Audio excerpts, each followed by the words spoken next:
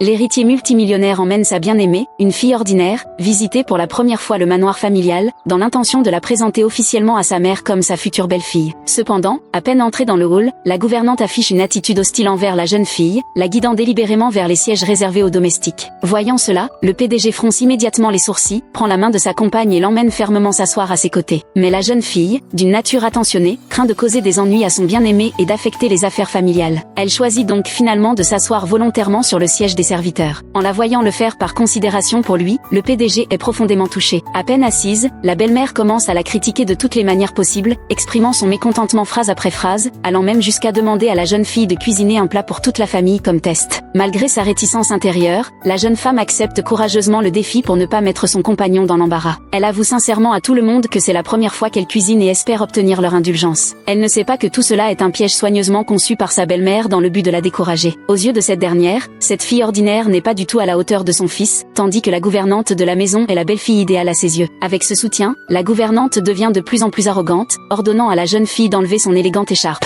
Depuis l'instant où elle a franchi le seuil de la porte, les deux femmes n'ont cessé de souligner son statut inférieur, comme si elle n'était qu'une simple cuisinière. Sur les instructions de la belle-mère, les domestiques de la maison se mettent à donner des conseils à la jeune fille sur la façon de cuisiner. Alors qu'elle s'apprête à répliquer, le PDG ne peut plus le supporter. Il se lève pour rappeler à la gouvernante de connaître sa place, elle n'est qu'une chef qui a travaillé dans un restaurant français. Prenant le contre-pied, il suggère que la gouvernante fasse également la démonstration de ses talents culinaires à tout le monde. À ces mots, le visage de la belle-mère change immédiatement de couleur. Elle rétorque que le statut de la gouvernante est bien plus noble que celui de cette fille pauvre. Ces paroles mettent le PDG hors de lui. Il se lève, fixant toutes les personnes présentes d'un regard furieux. N'est-ce pas la rabaisser ouvertement la femme qu'il aime au rang de domestique? Enragé, le PDG décide de prouver sa détermination à tous. Il s'avance à grands pas, arrache le tablier de la jeune fille, lui prend la spatule des mains et termine lui-même le plat pour elle. Le geste protecteur et autoritaire du PDG touche profondément la jeune fille, mais lui fait également prendre conscience de l'écart abyssal qui les sépare. Retenant en vain ses larmes, elle finit par s'enfuir du manoir. Le PDG, réprimant son envie de renverser la table, se lance à sa poursuite, mais arrive trop tard. Dans la voiture, la jeune fille pleure à chaudes larmes. Elle pensait naïvement que l'amour pouvait tout surmonter, mais réalise que malgré tous ses efforts, il est difficile de combler le fossé entre les classes sociales. Épuisée, elle décide de renoncer à cette relation. À ce moment précis, un petit voyou apparaît soudainement avec l'intention de l'agresser. Heureusement, le PDG arrive à temps et la protège du coup violent. La jeune fille, inquiète, lui reproche de ne pas avoir esquivé, c'était trop dangereux. Il lui répond doucement qu'il ne permettra jamais qu'elle soit blessée. Bien que la jeune fille ait décidé de rompre et le repousse à contre-cœur, le PDG choisit ce moment crucial pour lui déclarer ses sentiments. Peut-être que l'essence de l'amour est de laisser les amoureux du monde entier goûter à la douceur et à l'amertume de l'attente. Le lendemain, le projet d'acquisition européen du PDG rencontre une crise et il doit s'absenter temporairement. C'est à ce moment-là que le grand-père de la jeune fille est admis d'urgence à l'hôpital pour une maladie cardiaque,